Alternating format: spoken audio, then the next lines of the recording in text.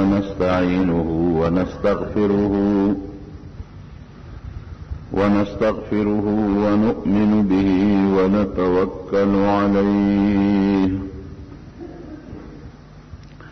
ونعوذ بالله من شرور أنفسنا ومن سيئات أعمالنا من يهده الله فلا مضل له ومن يضلله فلا هادي له ونشهد أن لا إله إلا الله وحده لا شريك له ونشهد أن سيدنا وحبيبنا وشفيعنا وسندنا ورحمتنا ومولانا محمدا عبده ورسوله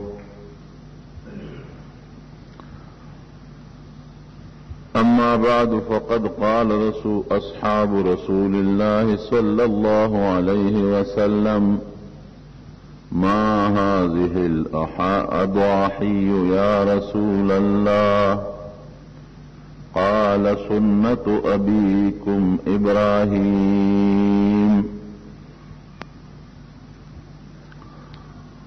راتلون کے میاشت د ذی الحجې میاشت او زمون پښتانه ورته د لوی اختر میاشت وایي دغه میاشتې سره زمون د یو څو مضبوطو عبادتونو تعلق دی یو عبادت پاغې کې د حج دی چې مسلمانان په دغه میاشت کې یو لویه فریضه د بیت الله شریف د حج ادا کوي دویم تعلق د دغه میاشتې د تکبیرات و تشریق د چې د عرفې پر ورځ تکبیرونه شروع شي الله اکبر الله اکبر لا اله الا الله والله اکبر الله اکبر ولله الحمد او د اختر د څلورمې ورځې د مازدیګر د مانځه پورې ختم شي دریم د دغه میاشتې تعلق د قربانۍ سره دی چې کوم مسلمانی او مالداری هغه د الله د رضا دپاره د الله په نوم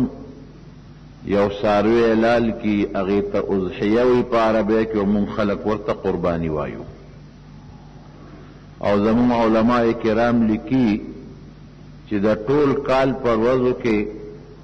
د لوی اختر د میاشتې د دې ړومبو لسو ورځو نه بهترې ورځې نورې نشته شپې د رمضان اخیری شپې غوره دي او ورځې د دغه میاشت د راتلونکې میاشت د ړومبۍ لس ورځې غوره دي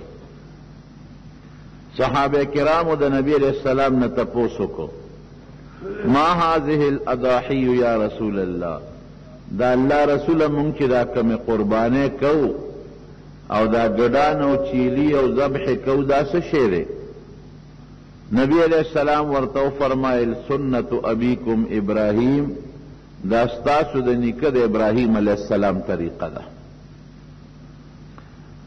در حقیقت ابراهیم علیہ السلام په پیغمبرانو کې یو ډیر جلیل القدر او د لوی درجه پیغمبر تیر شوی دی د نبی علیہ السلام مبارک نیکو او د اسلام او د ایمان او د دین په خاطر ټولو پیغمبرانو د خپل مناسبت سره ډېرې سختۍ برداشت کړي دي قربانۍ کړي دي خو د ابراهیم علیه السلام د قربانو ته چې سړی وګوري نو سړی حیران شي اور کې وغورځولی شو د وطن نه راوښکلی شو او عراق کې چې کوم بابل خار دی اصل د دغه خار باشنده و نمرود سره مقابله وشوه نمرود ته پته ولګېده چې یاره دې ما اور کې وغورځو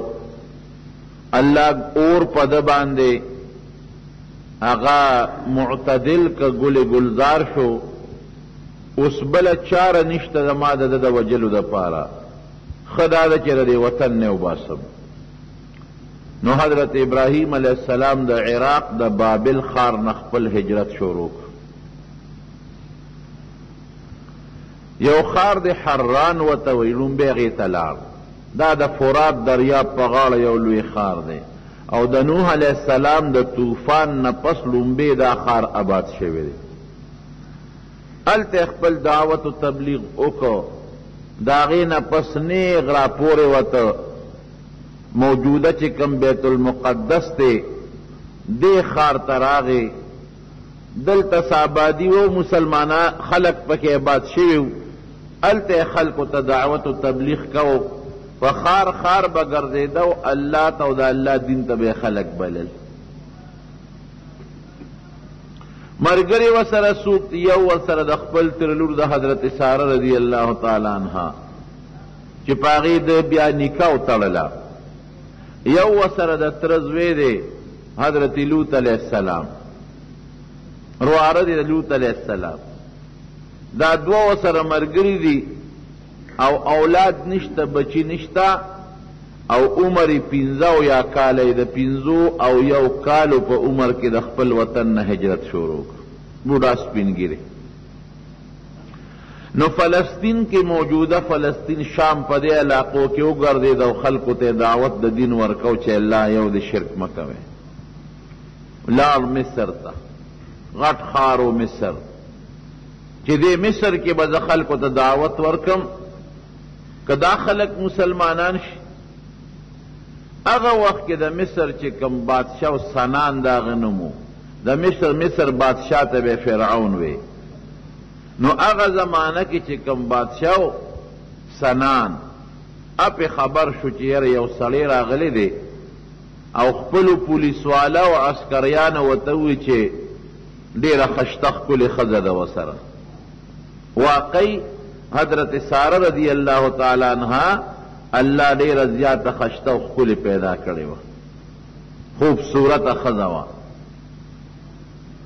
نو او دا بادشاہ ظالم بادشاہ او د خزو شوقی بادشاہ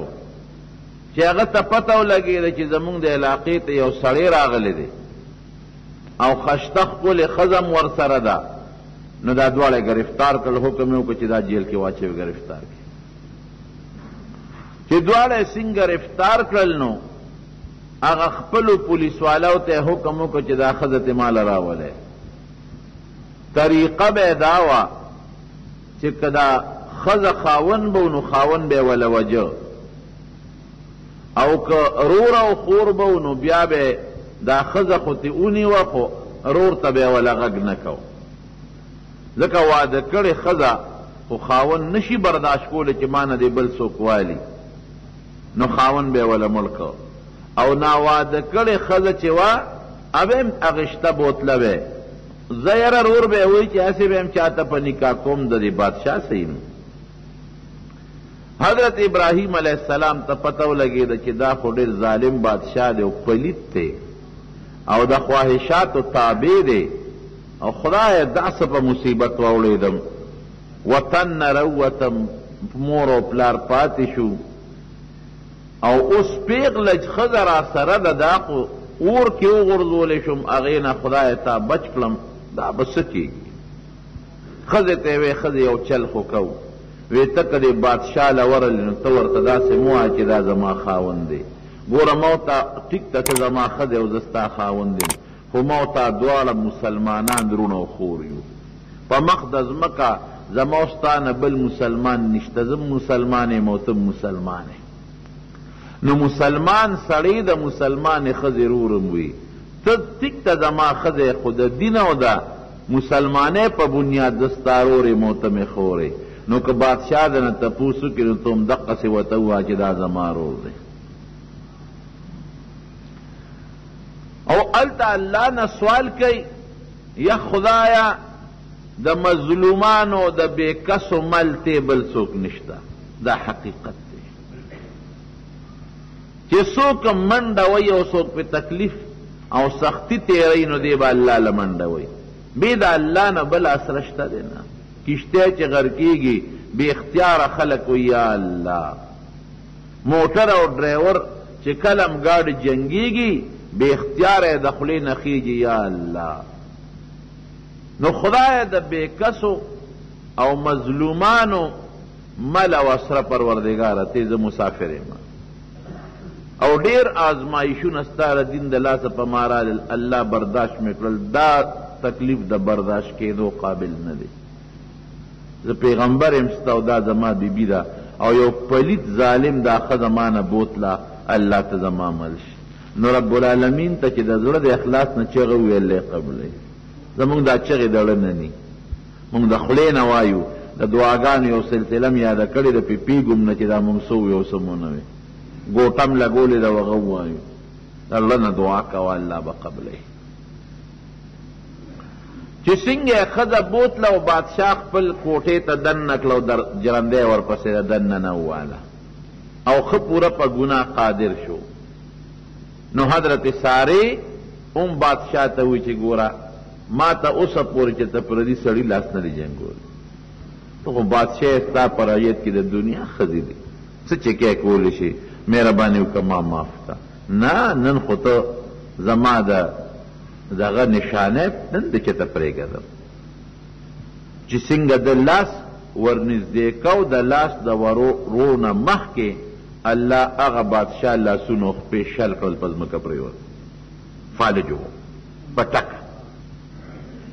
لاسونه هم شل شو، خپې هم شلې شوې. پوه شو بادشاه چې دا ښځه خو هر څوک چې ده خو دا خو نیک او ولیه ښځه ده، د الله نیکه مسلمانه بنده معلومیږي. فوراً درخواست وکړو بس زه تا ته اسم نه ویم،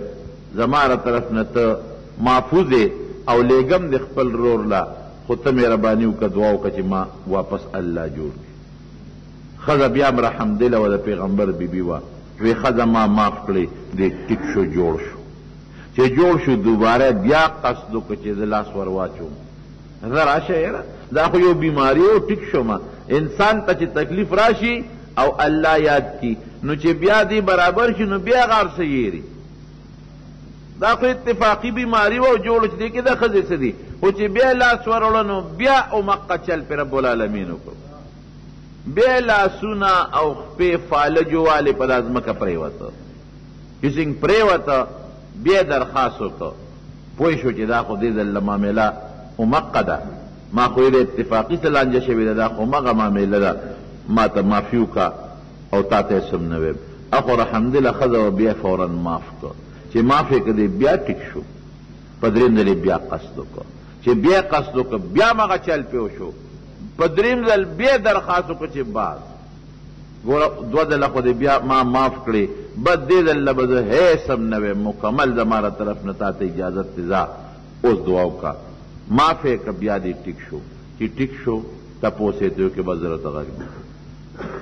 تا زه معاف کړم غږ درته نه کوم. یې څوک الله ته ووایه وی زما خاوند دی ابراهیم نوم دی، د الله پیغمبر دی. دلته څه کوې؟ دلته رالو د الله د دین د اشاعت او د الله د ایمان د خورولو او د خلق د دین ته د بللو د تبلیغ له راغلي. عراق نه څنګه راووتی؟ د کوم ځای دی عراق؟ هلته نه څنګه ټوله قصې ورته وکړله. اور کې مې خاوند واچولی شو، الله پې اور ګلې ګلزار که د هغې نه راووته. خاندان هم څه دی؟ کوم خاندان سره تعلق لرئ؟ مونږ سامیان یو، د نوح علیه السلام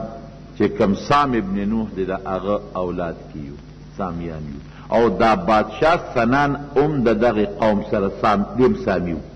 نسل او خاندان نه دواړه یو وختل. نسب چې و شجره دواړه یو بل سره په نسب کې برابر. ښه تاسو خو زما خاندان والا یې، زما ستاسو شجره نسب خو سام ابن نوح ته رسي. تم سامی النسل، خاوندم سامی النسل او زم سامی النسل، یو خاندان او یو رشته ده. ما معاف کا او زه تاسو له یو تحفه درکوم. پوه شو چې دا خو د الله برګزیده پیغمبر دی چې نمرود د مقابله او نه کړې شوه او اخر دې ته مجبور شو چې د وطن نه بار راوویسته. اور دې ونه سوځاو او د الله پیغمبر دی او دا ما چې درې حرکت وکړل خطرناک، دې حرکت نه دا ښځه الله محفوظ کړه. د الله لویه ولیه ده او خاوند هم د الله لوی ولی دی. یو تحفه دله در کوم. څه تحفه راکې؟ خپله لور یې ورته هدیه کړه. بادشاه سنان بادشاه خپله لور ورته په تحفه او په هدیه کې پیشګاه زما لور ده دا ما تعالی خدمت ته پخه درکړه. هلته ابراهیم علیه السلام خو د رب نه سوال کړی دی. الله ذوالجلال ټولې پردې ختمې کړي دي، نظاره مخامخ ویني لکه سړی چې په کمپیوټر کې یا په ټلویزیون یا په کیمرو اینه کې شی ورته ښکاري. الله هلته پردې ختمې کړي. پیغمبر تاسې هم کشف کېږي دا پردې ختمې شي او دا کوټه ورته مخامخ ښکاري. ولې که ښځه ورته هم وایي چې سړیه ما ته چا ګوتې هم نه دي راوړې د خاوند زړه کې بیا هم هغه پریشاني خو پیدا کېږي که چې د زړه ته دونه هم سره نشي چې پخپله الله ورته ارڅ وښیي او پخپله وویني چې زما ښځه دا دشمن د کید او د مکر او د فریب نه رب العالمین بچ وساتل. خدای چې څنګه راله وی سړي الله ډېر لوی فضل په ما باندې وکړو. وی ښځې هر څه مې په دې خپلو سترګو لیدي دي، ما ته خپله څپۍ مه کوه، ما زما جامه ستا جامه رب العالمین پاکه ساتلې ده. او دا ما ته پته ولګېده بادشاه دا لور ما ته راکړه د خدمت دپاره چې دا به ستا خدمت کوي. ډېره مېلمستیا ورته بادشاه وکړه، ځان سره یې سموده اوسو، ډېر مال یې وله ورکړو، ډېر دولت او ډېر عزت یې وله ورکړو چې تم دلته ما سره پاتې شه. خو خیر ابراهیم علیه السلام وی چې نه زه واپس ځم بیت المقدس ته او ما ته د هغه ځای د الله طرف نه حکم دی، هلته د الله یو کور به جوړو. هلته منتقل شو. دا بی بی هاجره راوست. د یوې ښځې اولاد نشته نه ده او بیا په دغه هاجره نکاح متړله، نه د مشرې ښځې اولاد شته او نه د دویمې ښځې اولاد شته. نو ښځې چې اولاد نی خپی یوه ښځه ده زما اولاد نشته او د دې بلې اولاد نشته. الله نه سوال وکړه چې الله موږ له بچی راکړي. حضرت ابراهیم علیه السلام الله ته سوال وکړه چې سوال یې وکړه قسمت ته ګوره د دویمې ښځې په لومبي کال رب العالمین اولاد پیدا کړ د بی بی هاجرې. دغه وخت کې د ابراهیم علیه السلام عمر 80 کاله دی چې دا لومبی بچی اسماعیل علیه السلام الله ورکړ. بچی چې کله پیدا شو اتفاقا د بن خو یو بل سره جګړې جوړېږي. بنه بن کم ځای برداشت بولي چې که ډېرې نیکانې وي او ډېرې ښځې ښې ښځې وي خو بن نشي برداشت کولی، یو بل سره جګړې جوړې شوې. حتی حضرت سارې ابراهیم علیه السلام ته و چې یا ما لرې کا چې د دې ښځې اواز هم نه اورم، یا دا لرې کا بس. او بیا د هغې بچي هغې نشو برداشت کولی. ابراهیم علیه السلام په لوی شچو پنج کې پرېوت چې الله اوس څه وکړم، دا دویمه ښځه مې خو د بادشاه لور ده او الله بچی م ورکړی، دا خوب نشم جدا کولی. لومبی ښځې خو غټه قرباني ما سره کړې ده، پلار یې پرېښود، مور یې پرېښوده، وطن یې را سره پرېښود، هجرت یې را سره وکړه، د هغې هم ډېر حق دی، اسلام نشم درکولی. ګوره پیغمبرو نو ښځو ته به د دین په بنیاد کتل، د ډول په بنیاد نه و، د مال په بنیاد نه. حضرت ساره هم نه خفه کړو. ټیک ده چې دلته کې د دې خبره ټیک نه ده، خو ما سره هجرت وکړو، ما سره وطن پرېښود، ما سره په دریابونو وګرځېدله، ما دپاره ډېر لوی تکلیفات برداشت کړل. او دا هاجره خو د هغې د برکت نه ماته میلو شوې ده چې د هغې هغه ولایت نه وي ښکاره شوې بزرګي، دا ماله کوم ځای بادشاه راکوله. ښځې وایه وی بس یا ما لرې کو یا دا چې د دې واس په مو زما واس په دې نه لري. الله ته یې رجوع کړه ربه څه وکړم؟ وی یو اوښ باندې دام سوره که دا بچې م سور کړو، زه درته حکم کوم یو طرف ته یې بوز، او د الله حکم کې بیا څوک تاخیر نشي کولی. اوښ باندې ځان سره سوره کړه. اسماعیل علیه السلام ماشوم بچی ورسره په غېږ کې دی او دغې کجورې په یو تیلی کې او په یو لوښي کې اوبه دی ځان سره واخېستله سفر سامان او اوښ را روان شو. ته ډېر لرې راغی، کوم ځای ته راورسېد؟ کوم ځای چې موجوده مکه مکرمه او بیت الله مبارک دی. دا نو دا اوار شوی میدان و، دقه ځای ته اوښ راورسېد. الله کم خوا زموږ د اوښ پلې پرېږده، دا زموږ په حکم کې دی. مونږ چې کم خوا اوښ بوزو هلته به ځي، او چې کم ځای اوښ سم لاسته او بیا نه پاسي هغه د ستا ټیکانه ده. اوښ راغې موجوده چې کم ځای بیت الله مبارک دقلته کې یو غټه ځنګلي ونه وه.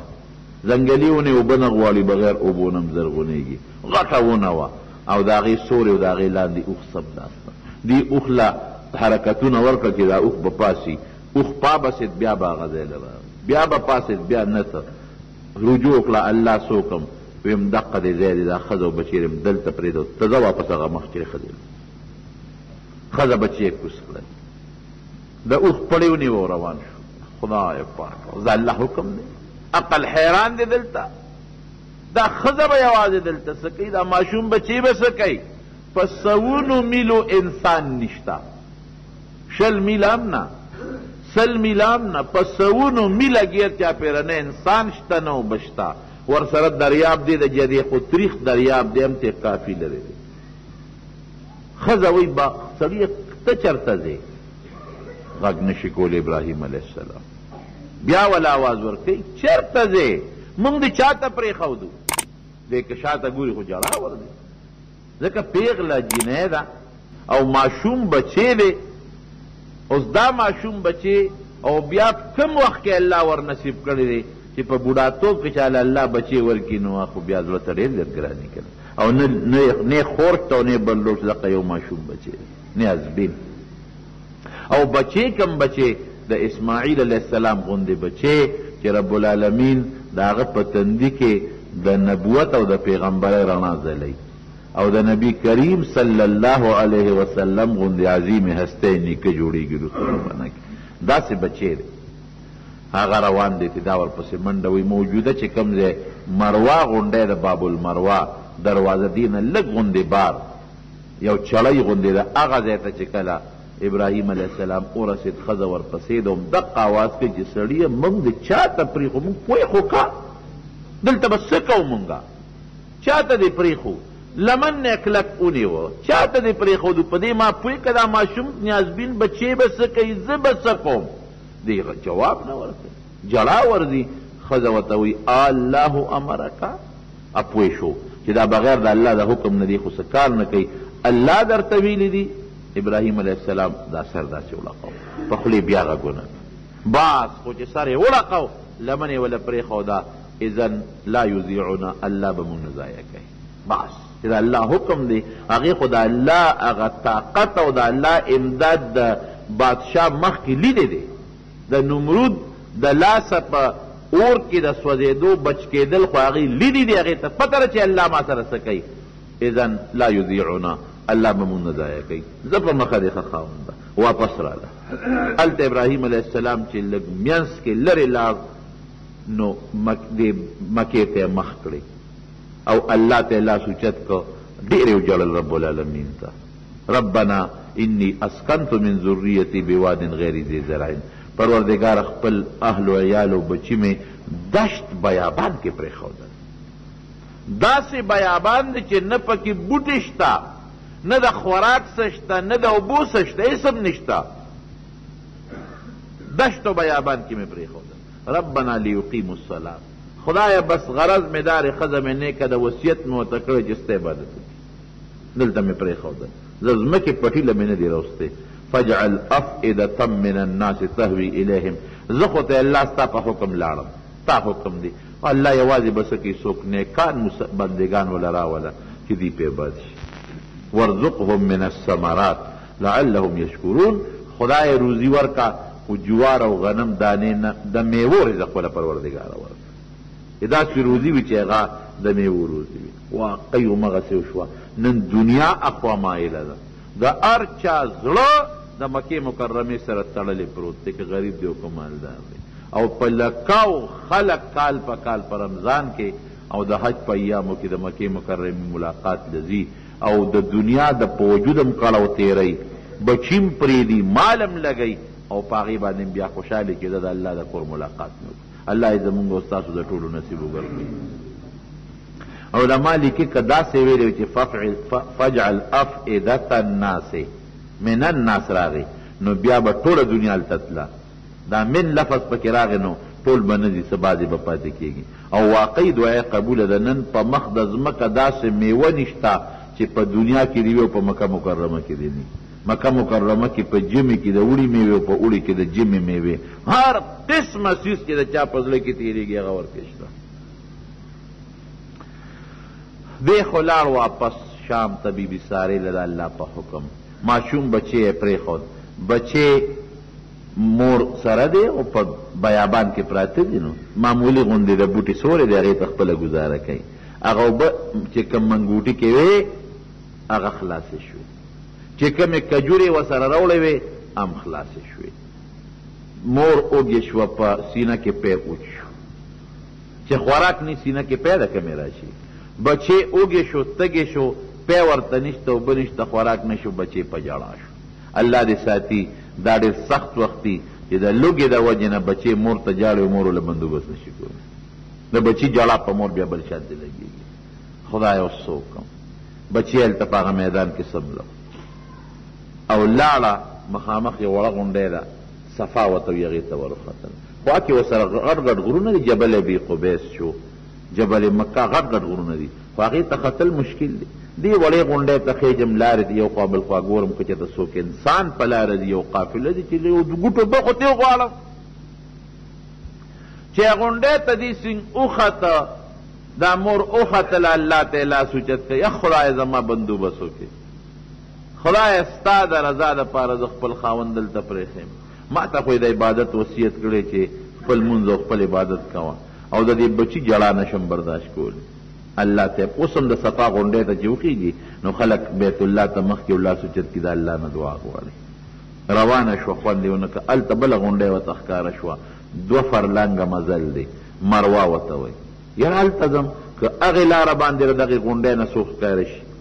نو منځ کې پکې لږه کنده وه یو خوړو د اوبو. اوس هغه خوړ نشته اوس خو تیاره برنډه ده هغه خوړ کې به تې بچې پناه شو نو منډه به یې کړې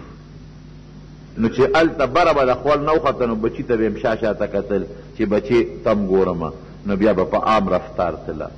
مروه ته ورسېده. مروه کې بیا الله ته سوال وکړه یا الله زه دې خپل بچي سره څوکم خدای د ده ژړا خو زه نشم برداشت کولی زما او زما د دې بچي د خیر بندوبست وکړه. هغه ځای نه بیا راخطا شوه ګورم که هلته کې څوک قافله جناب 7 چکرې ووالې د صفا او د مروه په منځ کې 7 منډې تقریبا 2 فرلنګه مزل دی 14 فرلنګه مزل ته جوړېږي لږ غوندې کم 2 میله ته تقریبا 1.5 میل ته جوړېږي بلکې 2 فرلنګه کم 2 میله ته جوړېږي پاخه د 7 واړو چکرونه. الله ته هغه دا خوښه ده نن حاجي حج اله قبلېږي چې دا بیبي هاجرې هغه نقل وکړي او د صفا مروه په منځ کې منډه ووایي او بیا هغه چې کوم ځای کې به هغې منډه واله هلته به منډه م وایي ښځه به منډه نه وایي. زه اکثر دا یو ټکې ویم سنت د ښځې دي خو په سړو دي او په ښځو نه دي اخو یوازې وه که نه څوک نو اوس ښځو له منډه وال ښه نه دي او سړي به منډه وایي هغه لږ ځای کې او باقي به عام رفتار کوي. یو چې سنګ په صفا او په مروه هغې دعاګانې کړي دي هغسې دعا به عمرې او حاجي وال کوي. چې مروه ته ورسېدل یو اواز یې واورېد 2 ځل باندې نو دا متوجه شو چې د چا اواز خو مې واورېد څوک یې کوم ځای نه خبرې کوې لږونې په زوره ووایه چې زه خو واورم بیا اواز واورېده چې اواز یې بیا واورېد یا انسانه سړیه څوک یې مهرباني وکړه لږ اواز دې په زوره کړه چې زه دې دا خبرې واورم ته کوم ځای کې اواز د دې بچي د طرف نه دې طرف نه راغی او دې وخت کې د ماشوم ژړا ختمه شوه بنده شوه چې ژړا بنده شوه بزړه کې رالل چې زه بچي نه خو مې سا ووته لکه چې ژړا هغه ماشوم که چې جمدي وي اخو اوږې تږې دی نو چې ژړا یې بنده شوه سا ترې ووته چې څنګه راغې حضرت جبریل علیه السلام د انسان په شکل موجود دی د اسماعیل علیه السلام خپې اوچته کړې ده ځمکې له یې رابرولې ده او د هغې نه الله اوبه را پیدا کړي دي چې هغې ته د زمزم مبارکې اوبه وایي او بیا په لپه کې اوبه راغښتې دي او د اسماعیل علیه السلام په خوله کې اچولې دي هغه ته تندم ختمه شو هغه لوږې هم ورسره الله ختمه کړه ژړی ختمه شوه چې دا تر څو را رسېدله سړی غیب شو چې غیب شو او دې لاندې سړی څه شوې چې ویې کتل اوبو چینه ده زر زرې هغه ځای کندې که هغه شګې اخوا دې خوا کړې او بندی غوندې وتړله او په لپو لپو اوبه رالې هغه خپل مشک کې اچي چې د اوبه رانه خلاصې نه شي اوبې رانه ځمکې رانه رانه کاږي او زم زم زم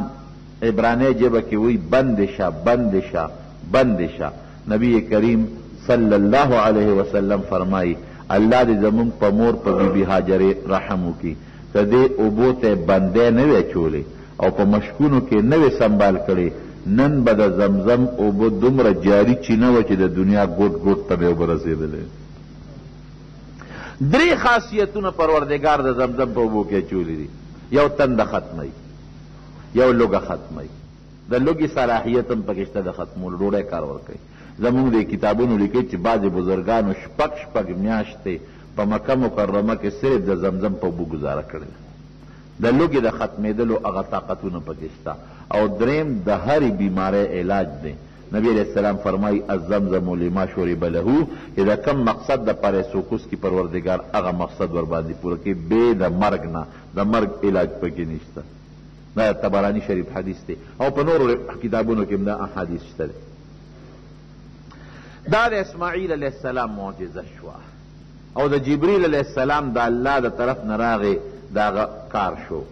هغه زمزم رو په لاندې دي، نن د دنیا ګوټ ګوټ ته د زمزم اوبه رسېدلي دي. په لکونو 50 لکه خلک د حج په موسم کې یو ځای شي، ټولې سکي نه ختمیږي. مدینه منورې جومات کې په لکونو خلک سکي نه ختمیږي. مسجد قبا کې شته او په نورو جوماتونو کې زه جدې ته تلیم، د جدې په غټو غټو جوماتونو کې د زمزم د اوبو کولرې پرتې دي او حاجیان یې ځان سره څوک 10 لیټره او څوک 20 لیټره دا په لکونو حاجیان راوړي. هلته دروازې څومره سکي، نورې اوبه خو شته دی نه، لیکن دا یو معجزه را. دین او اسلام او الله که څوک نه مني په زمزم یې ورته ثابتو. بغیر چاپېره بورینګونه شوي دي، اوبه نشته، دقه ځای کې اوبه دي، بل ځای شته نه. ټولې ترخې اوبه دي او ټوله دنیا پې سیراب ده، ټوله دنیا پې سیراب ده. جناب هغه اوبو باندې ردې ګزاره روانه شو. د تندې د ختمېدو کارم کوي، د لوږې د ختمېدو کارم کوي. یو قافله په لاره روانه وه چې تلله او د یمن نه را روانه وه. د یمن نه جرهم قافله وه، قبیلې نوم جرهم دی. هغې چې وکتل مارغان الوزي را الوزي، یو بل ته وی چې لکه دې علاقه کې مارغان څه کوي؟ موږ خو ټول عمر په دې لاره تلې راغلي یو. مارغان خو هغه ځای وي چې کوم ځای خوراک اوبي، دلته خوراک نشته، اوبه نشته، مارغان څه کوي؟ تاسو تکلو کې که چېرته د اوبو ډنډ مارغان به راغلي.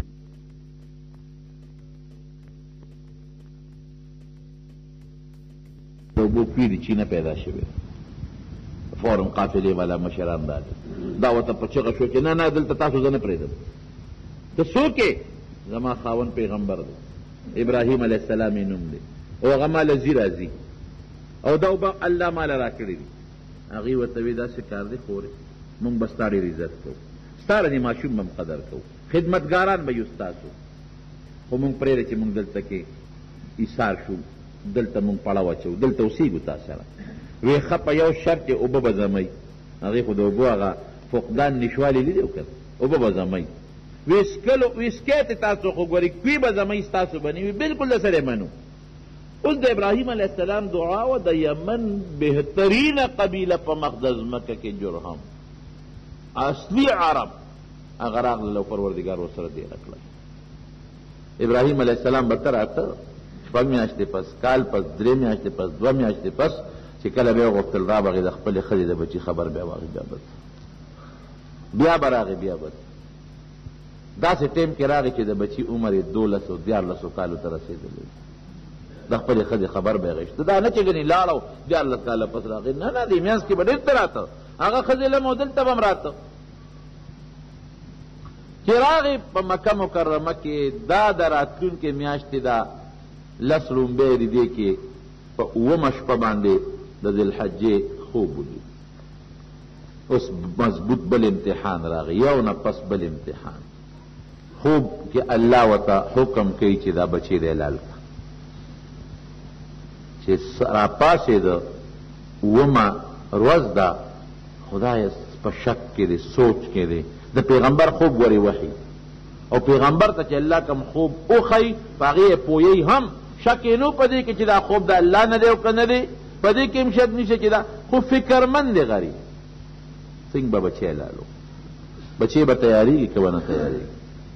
او دا به کوم ځای ته بوځم او دا به څه طریقه په دا 8مه شپې بیا خوب ولید، بیا ورته الله حکم کوي چې دا بچی حلالو. په 9مه شپې بیا خوب ولیده، د تاخیر نه کو د الله حکم کې، خو ترتیب ګوري. اوس ښځې ته څنګه حکم بچی دی په کومه طریقه بوځم؟ وایي چې خال ته خو دې نه راوستو او په دشت و بیابان کې دې پرېښودو، الله مونږ له د اوبو انتظام وکړو، بچی را پیدا کړي. او بچی به سنگ پویوم او دی به سنگ لالوم دا به څه طریقی بهر کې پدا نهمه شپه چې دا کم خوب ولید الله ټولې طریقې ورته پړه کې واچولې پیغمبر دی بچی ته وي بچی زه چې ځو که نه ځنګل ته لاړ شو چکر ولګو یو چالم را واخله او تبرګي مبرګي او رسۍ مسۍ به م واخلو سیل به وکړو چکر به ولګو بابا زه چې ځو چې څنګه روان کړي دي اوس داسې ځای ته یې بوځمه چې رانه روم نه تښتي په زور کالالو چې رو نه تښتي او دا اواز یې دا مور ورنري که ګران کار دی الله دې مسلمانو ساتي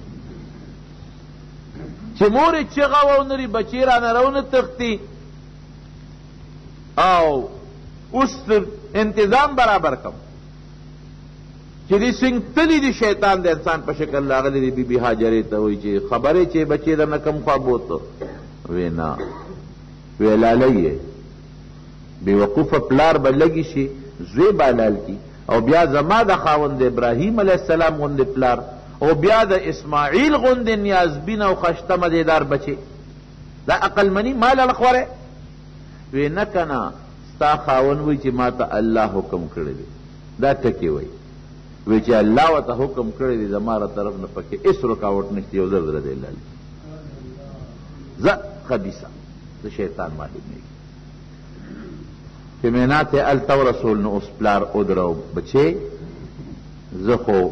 یو مشوره در سره کوم ما ته خو انی ارا فی المنام انی اذبحک د پیغمبر خوب وحی ما ته خو الله دا حکم کړی چې درته حلال کړم څنګه څه به کوو څه تا سره مشوره کوو بچې ورته څه وایي نه نه دا ورته نه وایي چې بابا خوب کې خطا شوی جوړ بابا بچی څوک وجني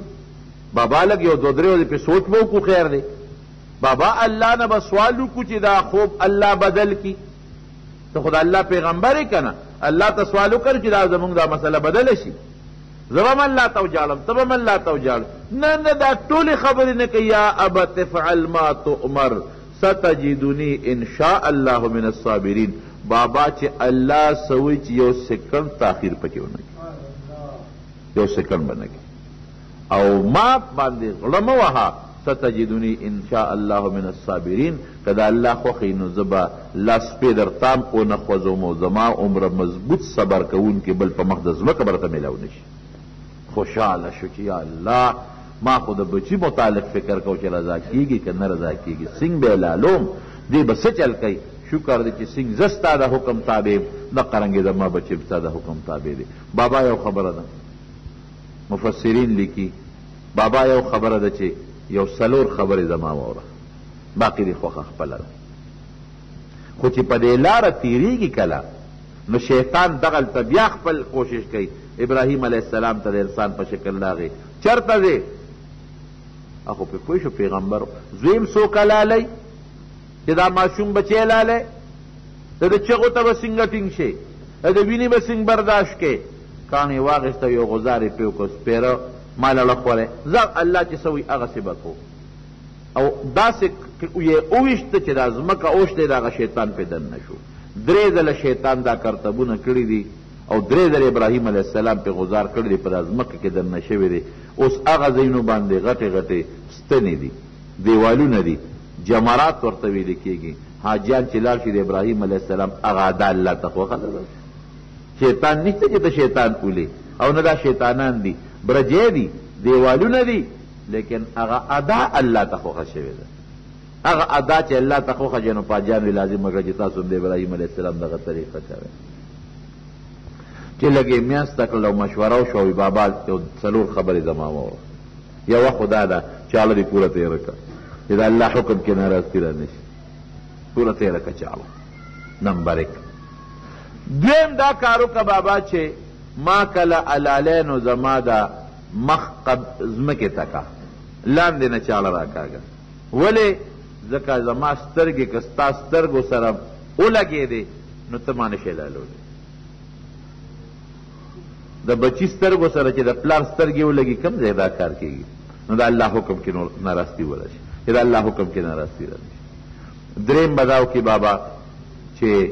زما نه جامې وباسه جامې زما نه دریم بدو کې بابا چې چاړه به ډېر زر راکاږي او لاسونه خپې مې وتړه ولې ځکه دې وخت کې خو زه به لاس نه خوځوم خو هسې نه چې زما د مرۍ پرې کېدو سره زما اختیار ختم شي او زه ټوپونه درته شروع کړم د الله حکم کې نارسي را نه شي لاس پرې مې کلک وتړه او څلورمه دا ده چې کمیس مخکې ما نه وباسي هسې نه چې وروسته وباسې نو اوبه شلېږي مور به مې وایي چې زوی راله جوړ په زوره لال کړی دی کبډي ورسره کړې ده پهلواني کړې ده وګوره کمیس یې ورزش کولی دی نو مخکې نه به زما کمیس وباسي او دا کمیس به زما په وینه کې ګنده کړي او زما مور ته به یوسئ او وصیت به وکړي زما را طرف نه چې ستا بچې د الله حکم ته په خپل اختیار تابع شوي دی کمیس مې تې په جون ایستی دی او که ستا تسلي نه کېږي دا کمیس د وینو ډک ځان سره کېده دا بویوه زما د بچي تسلي پې کوه ګوره ډېره ګران کار د 12 کالو ماشوم او داسې قسمه خبرې او دا ډېر ګران کار دی الله دې د داسې ابتلا نه مسلمان وکړي خدای به موږ نه شو کولی څوک 10 روپۍ زکات نه ورکوي د الله لار کې څوک د ماسپښین په ګرمۍ کې او د سار په یخنۍ کې جومات ته نه ځي د الله ورکړې شوې پیسه کې څوک د الله خیرات نه کوي صدقه نه کوي او دا ابراهیم علیه السلام ته وګوره یو ابتلا نه ده نو بله نه ده نو بله نه ده نو بله نه ده سړی حیران شي ډېره ښه ده کمیس یې تېره هغسې وویستن کې د هغه وصیت و لاس وخپې یې ول همغسې وتړلې څنګ کې د هغه وصیت و او چاړه هم هغسې تېره کړه او پړ مخې یې په ځمکه سملو اسیرونو تاسو لږ سوچ وکړئ چې د 14 کالو یو نیازبین ماشوم بچې څوک لاس وخپو نه تړي اسان کار دی که ګران کار ډېر ګران کار دی چې سمې لو فلما اسلما وتله للجبین چې څنګه یې سملو او الاوړه یې سملو او چاړه پرې راکاږي تفسیر خازن نورو مفسرینو هم لیکلي چې چاړه کار نه کوي دې زور لګوي چاړه کار نه کوي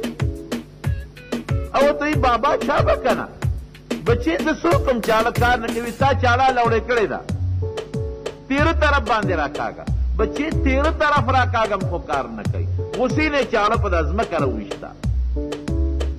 نو هغه چاړه ورته ګویا که پیغمبر سره خبرې کوي دا د پیغمبر معجزه ده زه ستا ومنم که د الله ومنم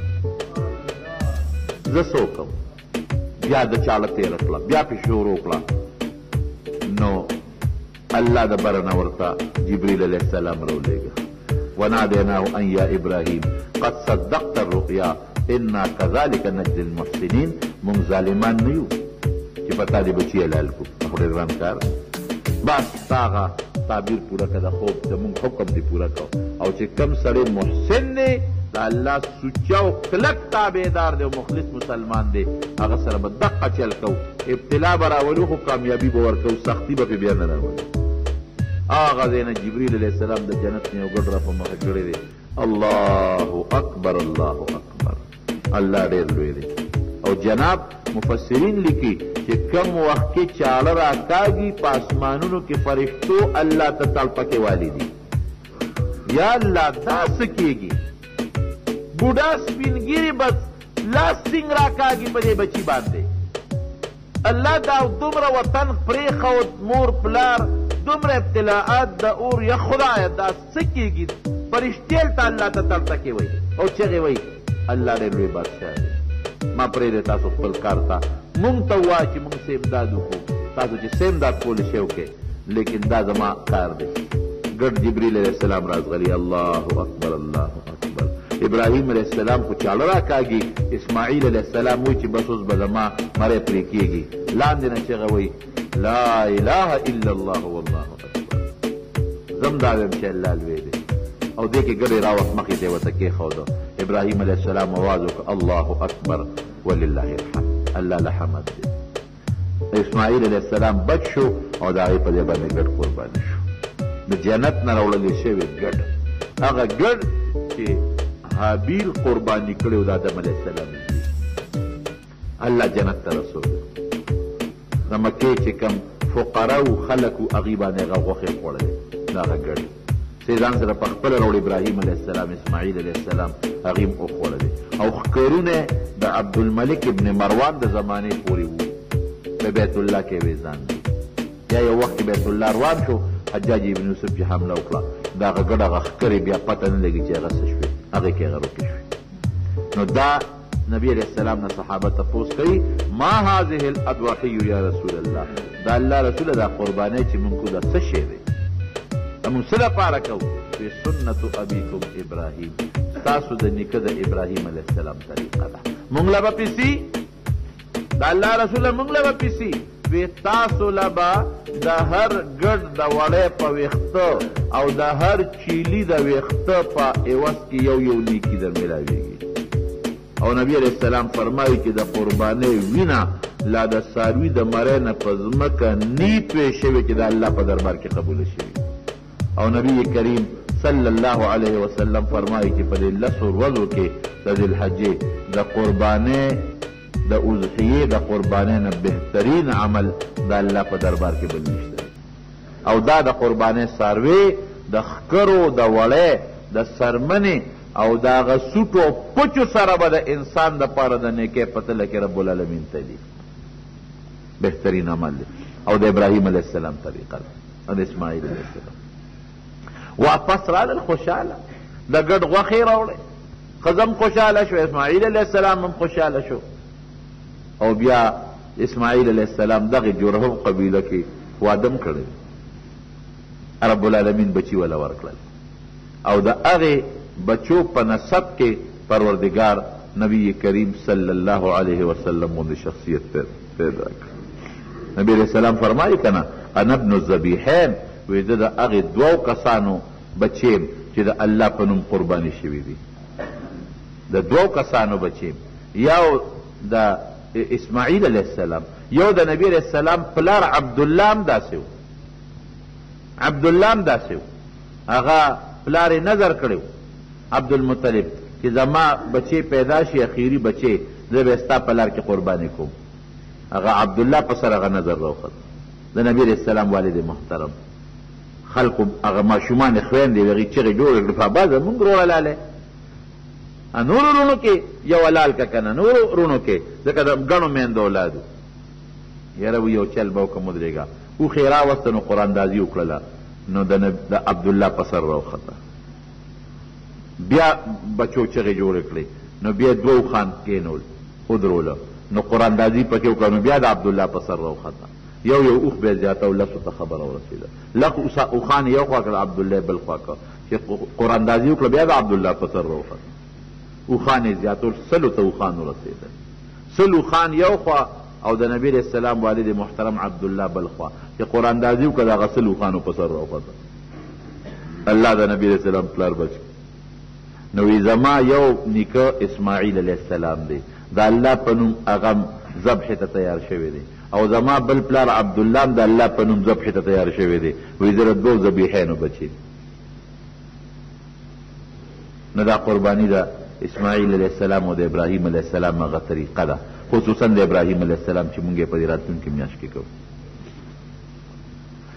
اوس قرباني به کوي څوک قربانی به مالدار سره کوي هغه انسان چې هغه د نصاب مالکی کم از کم 9 تولې سره زر یا 2.50 تولې سپین زر چې دا وسره 9 تولې سره زر یا 2.50 تولې سپین زر او یا د 2.50 تولو سپینو زرو قیمت چې دې زمانه کې ورته غالبا شپږ 19,000 روپۍ به ته جوړېږي پاکستانی خدا اله چې صرف سره او سپینې ورسره او که سره او سپین ورسره نی نغد مالمي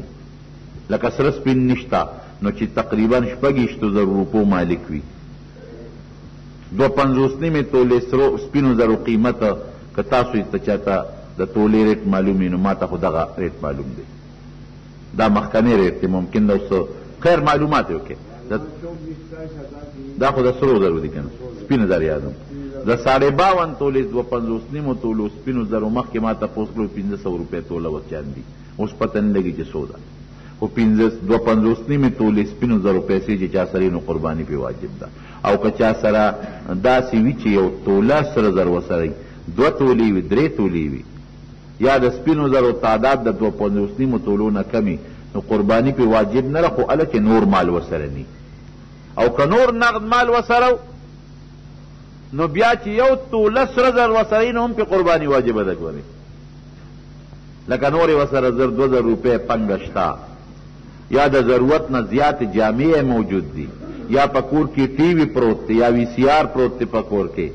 دا د ضرورت نه زیاتی سیزونه دي یا د یو ټوپک نه زیاتی ټوپک دی وسره دا د ضرورت نه زیاتی سیزونه دي نو چې د ضرورت نه زیاتی سیزونه وسره نو بیا ګورې په یوه توله باندې قرباني کیږي بیا به د هغه یو تولې سرو زرو قیمت لګی نو هغې سره به جمع کې نو توله دې وله خرڅه کړي چې ورسره توله وي 1000 روپۍ ورسره نقد او توله ورسره سره زري نو بس بیا دې خرڅه کړي نو توله به په 25 زره کېږي چې 1000 ورسره جمع کړي نو اندازې ته دې وګوري غالبا بیا همدغه 25 زرو ته رسي نو دا مې ځکه وي که توله 2 تولې کالي سره نور مال وي نو بیا به دواړه خرڅ کړي او جمع خرڅی نه خو قیمت ته ولګئ او جمع دی کی د هغې پیسې دې وګوري که دغه نصاب ته رسېدې نو قرباني پې واجب ده که د یو سړي سره نقد اسم نشته کالیم نشته ځمکې شته نو که دونه ځمکې پکې وي چې د ده پې ادنا ګزاره کېږي بې د ترکارۍ نه د جوارو په ډوډۍ هم پکې ګزاره کېږي بې د ترکارۍ نه پې د غنمو په ډوډۍ هم ګزاره کېږي بیا هم پې قرباني واجبه ده او که دونه ځمکې وي چې نه کېږي پې ګزاره تر څو چې ده سره مزدوري نه کړي بیا پې نه ده واجب او که د یو سړي 2 کوره دي یو کور کې دی اوسېږي یو یې د ضرورت نه زیات دی پلاټ یې اخیستی دی کور یې اخیستی دی نو که هغه دویم کور قیمت دغه 26,000 روپو ته رسېږي نو بیا هم پې قرباني واجبه ده او که یو سړي سره د ضرورت نه زیات سامان دی لکه غوا د پیو میخه د پیو د زمیندار قلبه چې دی پې یوې کوي سنډا باندې دی بار راوړي دا د ضرورت په سامان کې داخل دی دې نه زیاتی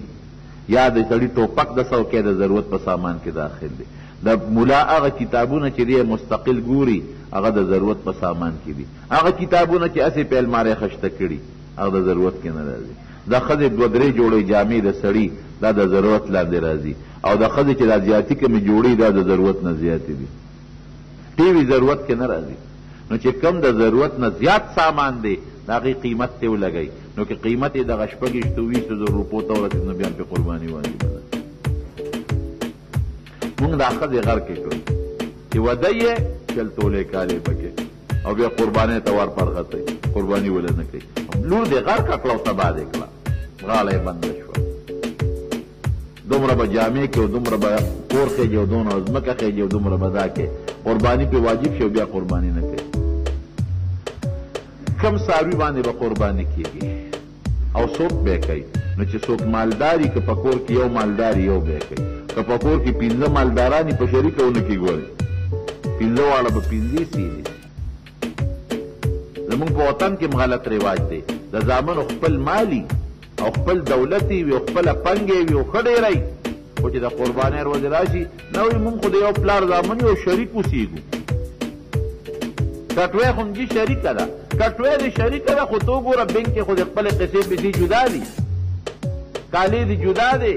ځمکه دې جدا ده ها ټیک ته که ټول شریک اوسېږي او ګټې هم شریکه ټول پلار له راځي تاوان هم شریکه ټول اختیار منې د پلار دې د زامنو هېڅ هم نشته زامن چې سره وړي پلار ته بخي نو بیا د پلار یوازې چې خو زموږ وطن کې دا شی نشته ما ته د خپل کلي او د خپل وطن معلوم دی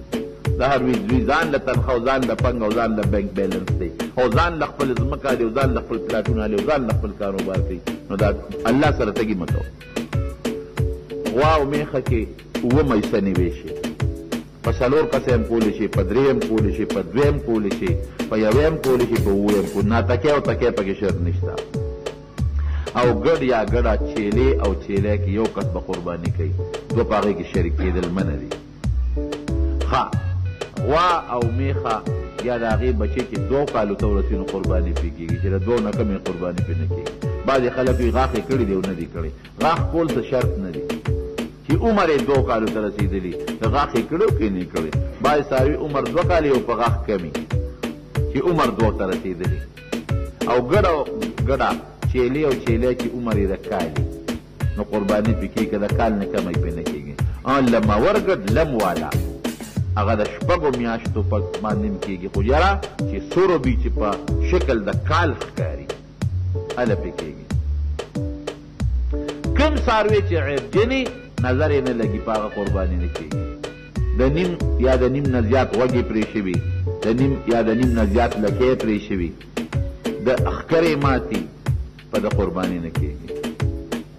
او غاښونه یې کمزوري ګیا پرې نه شي خوړی، یا دومره ټپ ټیپې چې کوم میدان کې لالی هلته نه شي تللی، په دم قرباني نه کېږي. صرف څاروی وګورئ د قربانۍ دپاره، او کوشش وکړئ چې هغه خلک په قربانۍ کې یو بل سره شریک شي چې ټول پاکې پیسې لري. که یو هم پکې سودخور راغی او یو هم پکې حرام خور راغی، د دې ټولو قرباني برباده شوه. نیت به خالص د الله د رضا دپاره کوئ. که یو قسم پکې د غوښې نیت وکړه، د هغه شپږ واړی غرق کړل، د غوښې نیت به پکې نه کوئ. او که ته وایې چې دا خامخاله کې راځي چې دا غوښه به خورو، کبابونه به خورو، دا خوړه کې، نو ته نیت مه کوه. غیر اختیاري خو خامخاله له راځي. که غیر اختیاري ستاړه له د غوښې نیت راشي، نو هغې باندې الله تا نه رانیسي، دا خو خامخا راځي. خو نیت د غوښې مه کوه. انشاءالله مسلمان د غوښې نیت نه کوي، ځکه یې نه کوي چې غوښه سړی خوري، نو نن سبا خو به حصه په 8000 ته رسي، په 8000 خو بله غوښه کېږي. نو نیت د غوښې به نه کوې د الله د رضا دپاره. او دا هغه طریقه ده چې کوم د حضرت ابراهیم علیه السلام طریقه و، په هغه طریقه باندې به نیت وکړې. او ذبحه به یې کوم ځای کې کوې. ها بل څاروي چا واغېشته او پی کوي، نو د پیو د څاروي نه پی به نه اخلي. غولان باندې ورته یخې اوبه اچوې، نو هغه درد به نه کوي. او که دا څاروي بیا هم تکلیف ووته او پی خامخا چغې والي، نو بیا ته خیر دی، هغه پی واخله خیراتي ورکړه. د قرباني د څاروی چې کم پکې رسید او کم د هغې زل دی یا کم د هغې پړي دي، ټول به خیرات کوي. قصاب له به مزدوري په غوښه کې نه ورکوي، خیراتي غوښه ورکولی شي، خو مزدوري به د خپل جیب نه ورکوي. سرمن به هم قصاب له ګورې په اجرت کې نه ورکوي. بعضې خلک هغه سرمن وله ورکي، نو ارزان یې پې ماته کړي، نو هغه تې پیسې وانهلي، دا هم ګورې ګناه ده. د قربانۍ سرمن من باع جلد اضحیته فلا اضحیة له. اوس قربانۍ سرمن که نقد په خپل استعمال کې راولي راوستی شي، خو چې خرڅه دی که نو بیا به پیسې فقیرانو له ورکوي. او نقد سرمن فقیر له هم ورکولی شي او مالدار له هم ورکولی شي. نقد سرمن دا فقیر له هم ورکولی شي، مالدار له هم ورکولی شي. خو که دې خرڅه کړه نو پیسې به بیا خامخا فقیر له ورکوي، غریب له به ورکوي. او که نه خرڅه خپل کور کې د ځان له لمسې جوړی او یا ته برقه جوړی هم ته جوړولی شي. د اختر په ورځ به قرباني کې د اختر د مانځه نه پس، د اختر د مانځه نه مخکې زمونږ په چې کوم دی د اختر مونځ کېږي منع ده. که چا وکړه قرباني یو نه شوه، اختر مانځه نه پس به یې کوي. په سبا هم کولی شي، په درېیمه ورځ هم کولی شي، او د شپې هم کولی شي، خو د شپې مکروهه ده، د ورځې سنت ده. بیا چې کله ذبحه کې، نو غوښه یې 3 ځایه تقسیم کا. یو حصه په خپله وخوره، یو حصه چې د نو خپلو رشته دارانو له ورکه، غریبونو هم ورکولی شي او مالدارو له هم، او یو حصه فقیرانو له ورکه. ترج مه ډکه وخه، نن سبا خلک ترجونو ته وخېجئ، او سی به بیا یو 2 میاشتې پس خوري. نو که یو سړي سنبال کړه او دې 3 میاشتې پس هم خوري، نو څه ګناه پکې نشته. د ثواب هم دغه چې حلال یې کړه، خو دا بهتره طریقه ده چې خیرات یې کړه، فقراو له ورکړه. مالدارو له هم ورکولی شي، میلمنو باندې هم غوښه خوړلی شي. دا مې د قربانۍ متعلق څه مسایل درته وکړل، د بعضې ملګرو په خیال چې بعضې وروڼو ویره ده قربانۍ متعلق بیان وکړه، لږ مخکې راته وکړه، نو ځکه مې درته ووایي. روکې چې الله تعالی زمونږ دا وروستو چې څومره اعمال دي، دا خدای پاک زمونږ د ټولو قبول کړي. ها دا زمونږ د جمع مرګی د نظیر کاکا خپې ما ته دعا ورته وکړي چې الله وله شفا ورکړي. زمونږ دلته کې یو مرګی د میروزو د کندي د هغې ماشومه رضا خان کاکا غم بیمار ده په هسپتال کې، الله دې وله شفا ورکړي. څومره مریضان دي، الله ټول له شفا ورکړي. خدای څوک مریضان په کورونو کې و هسپتالونو کې ته وله شفا ورکړي. خدای قرضداران د قرض نه خلاص کړي. پروردګار زمونږ د حلال رزق نصیب کړي. او زمونږ په دې وطنونو کې چې دا کوم اپریشن او دا قصې پیسې شروع دي او دا مسلمانان مري، خدای زمونږ د مسلمانانو ژوند محفوظ کړي. زمونږ د مدرسو او د جوماتونو او زمونږ د علماو او زمونږ د طالبانو او زمونږ د عامو مسلمانانو زندګي محفوظه کړي. خدای موږ د فتنو د دنیا او د آخرت نه محفوظ وساتي. څوک چې حج د بیت الله له ارادې کړي دي په خیر رسول کې، او چې چا نم دي کړی الله پاک ځای کې د حج د توفیق نصیب کړي او قسمت یې پکې پیدا کړي. الله چې څوک مسلمانان په پریشانی کې دي پریشانی ودا په خوشحالو باندې بدل کړي زموږ د دنیا او د آخر خیر نصیب کړي د دنیا او د آخر د شر او د فساد نه په امن کې وساتي او د مسلمانانو اتفاق او اتحاد نصیب کړي ربنا ظلمنا انفسنا وان لم تغفر لنا وترحمنا لنكونن من الخاسرين وصلى الله تعالى على خير خلقه محمد وآله وسلم